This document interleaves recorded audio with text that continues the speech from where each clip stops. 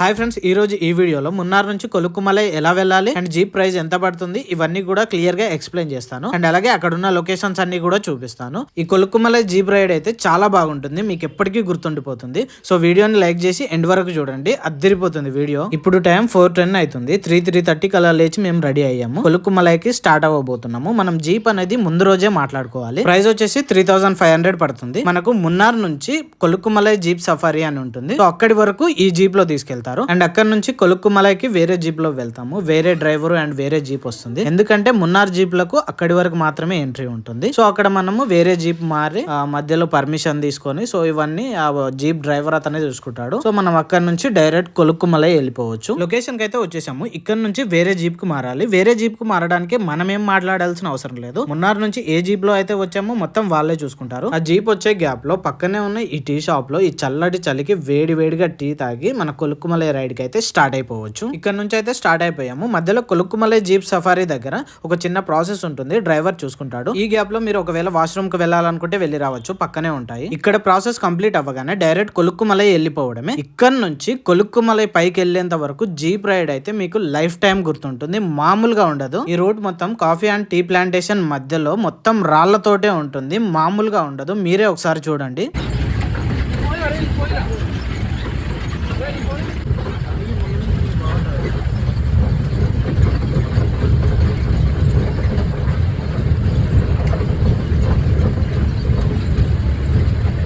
ఎగురుతున్నావు కదా మనం కూడా.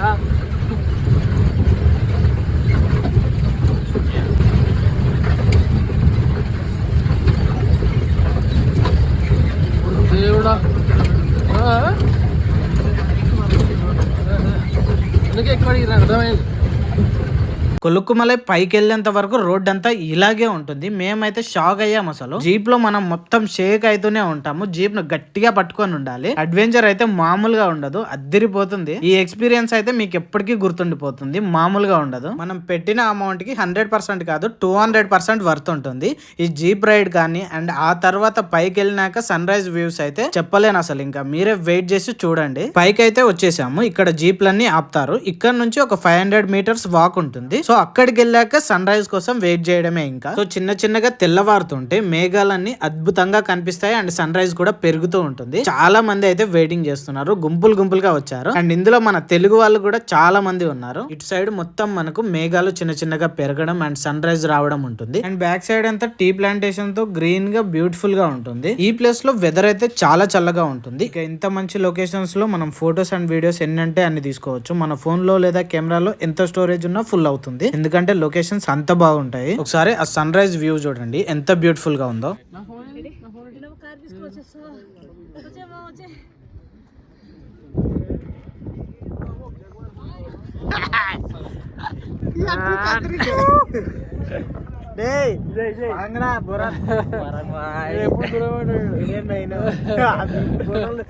ఫోటోలు పోరాడు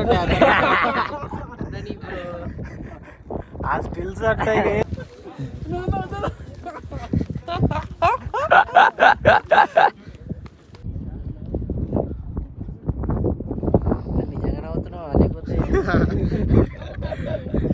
నిజంగా నవ్వుతున్నావు.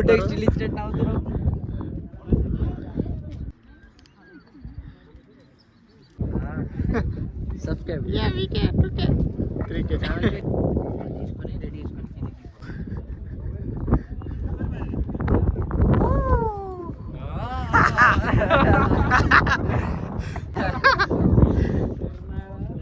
దాదాపు 2 to 2.5 hours టైం స్పెండ్ చేశాక రిటర్న్ వెళ్తున్నాము. ఫొటోస్ అండ్ వీడియోస్ అయితే నెక్స్ట్ లెవెల్ వచ్చాయి.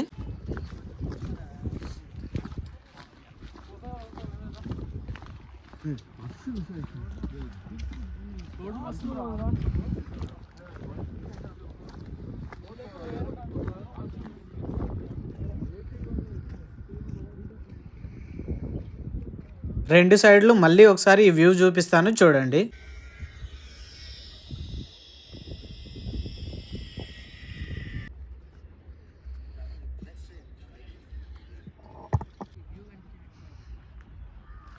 జీప్ దగ్గరికి వచ్చేసాక ఇక స్టార్ట్ అవ్వడమే. దారిలో వెళ్తుంటే చాలా మంచి లొకేషన్స్ ఉంటాయి.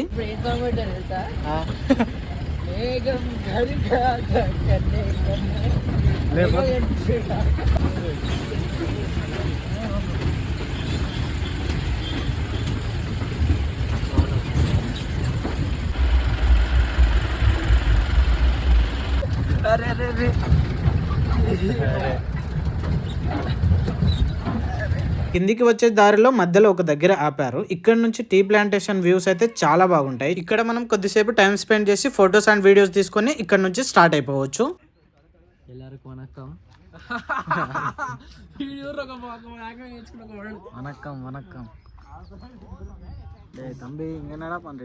ఇది ఏమంటారు బ్రో?